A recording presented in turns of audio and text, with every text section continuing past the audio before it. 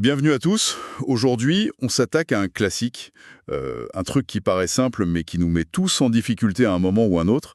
Comment dire l'heure en anglais? Bonjour. Oui, c'est une question de survie en voyage ou au travail. What time is it? C'est la base, mais la réponse, c'est une autre histoire. Exactement. Et pour ça, on s'est appuyé sur un super guide du site cabinetaction.fr. L'objectif, c'est de rendre tout ça simple et surtout automatique. Allez, c'est parti.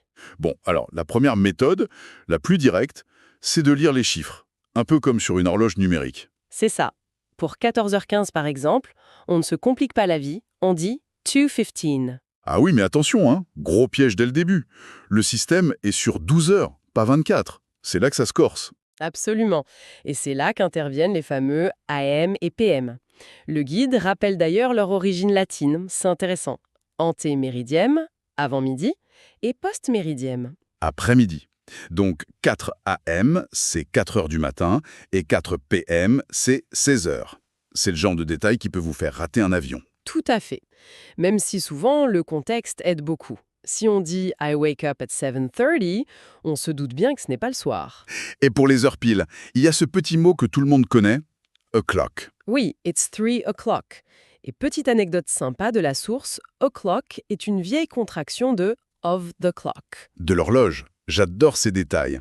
Mais en fait, pour sonner vraiment naturel, on va utiliser autre chose, n'est-ce pas? Oui, on va passer à une méthode plus imagée, plus idiomatique. C'est là que les formations comme celle de Cabinet Action sont utiles parce qu'elles insistent sur ces automatismes.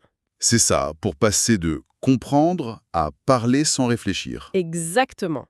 Et la grosse différence avec le français, c'est qu'en anglais, on énonce les minutes avant l'heure. C'est contre-intuitif pour nous. On doit complètement inverser notre cerveau. Pour 8h15, au lieu de dire 8h15, On dit « it's 8:15 », le quart d'heure passé de 8 heures. Cette logique divise le cadran de l'horloge en deux. d'accord. Pour la première moitié, de la minute 1 à 30, on utilise past. On compte les minutes qui sont passées depuis l'heure pile.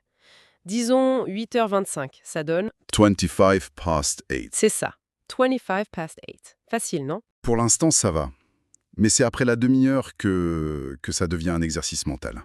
Voilà, après la demi-heure, on change de perspective. On n'utilise plus past, mais to. Tout comme dans vers. Précisément, on ne regarde plus le temps passé, mais le temps qu'il reste avant l'heure suivante. Du coup, notre fameux 8h50.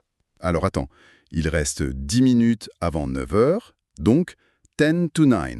Exactement, it's 10 to 9. C'est ce déclic qui change tout. On se projette vers l'heure qui arrive. C'est une autre façon de voir le temps. Ça demande un peu de pratique, mais c'est logique.